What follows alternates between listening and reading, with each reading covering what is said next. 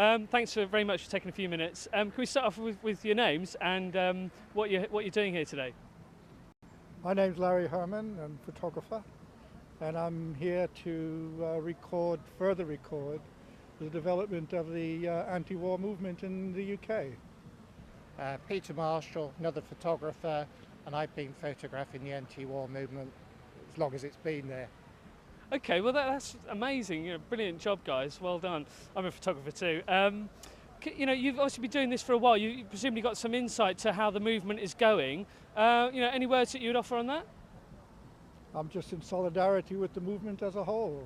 Nothing more specific than that, which is as profound as anything and as simple. Everyone in Britain should come out and be active wherever they are, in factories, workplaces, offices, and in their home places. It's just, we've got to build this anti-war movement so they can't do anything in our name, which they've never done anyway, but that's what they say they're doing. Absolutely. Same question. Yeah, I mean, I'm very much obviously behind the movement. I think that it missed out very much.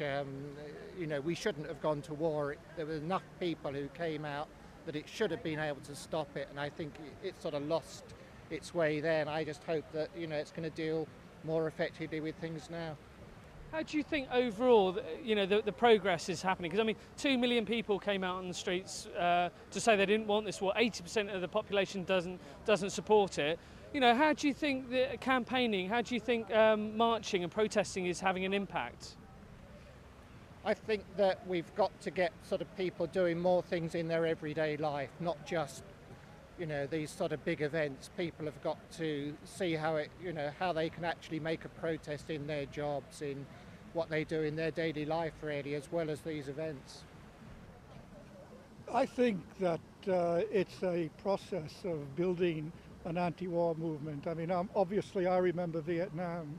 When I first started demonstrating against the war, there were 15 and 20 of us literally in the street, and we got battered, but by the time, the early 70s, there were millions of people marching all over the world and in hundreds and hundreds of cities.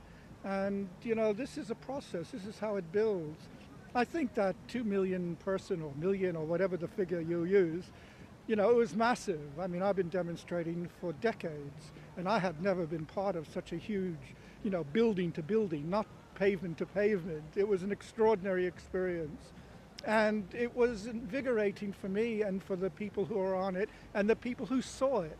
But here we are, Blair is gone. A contributing factor was his bellicosity towards Western Asia and other places, East Africa and so on. But all over the world people are resisting, and that's who we're in solidarity with today. And our numbers, well, if there are 100,000 people here today or 5,000, it registers the ability for people to come, but also, it's a process, and we'll see what happens. We're not finished yet. We don't own anything. We don't have an aircraft carrier to anchor it off the coast of United States and to tell them, you fire one more, we'll fire back. Not even if we wanted to do that. But, our power lies in our people. And, thousands, millions of people are opposed to this war. And we will be heard. Ultimately, it will be a contributing factor once the Americans lose or withdraw, and its allies, including the UK. Thank you very much indeed for that. Just final question, what do you think of the media, and what do you think of the media's reporting? What do you think of the media's reporting on this war? I think in terms of the demonstrations, what we've seen is that the only things that get a lot of publicity is where there's actual sort of conflict between the movement and the government, like when they tried to ban the march, got the police to ban the march. That got media coverage. Today's event, I think we'll see probably very little media coverage of. I've been on big demonstrations that haven't got a mention in the press at all. So I think the media really hasn't covered the war in the way that it hasn't covered the opposition to the war in the way that it should have done. Why do you think that is? I think that we've got a media that's obsessed with celebrities and things like that rather than issues. I suppose I could ask the question, why do you think that is? Quite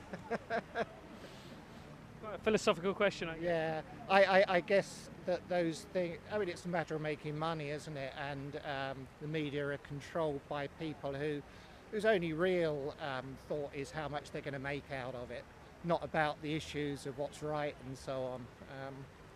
So I think, you know, we've got a press that is being so commercialised now that I don't see it's going to make proper reporting of issues at all now. It's going to be left to the sort of independent media, the people on the side. I mean, I put a lot of stuff into indie media, and there are various other independent news organisations that I think have shown these things, but in the main, the media aren't interested because it doesn't make money for them.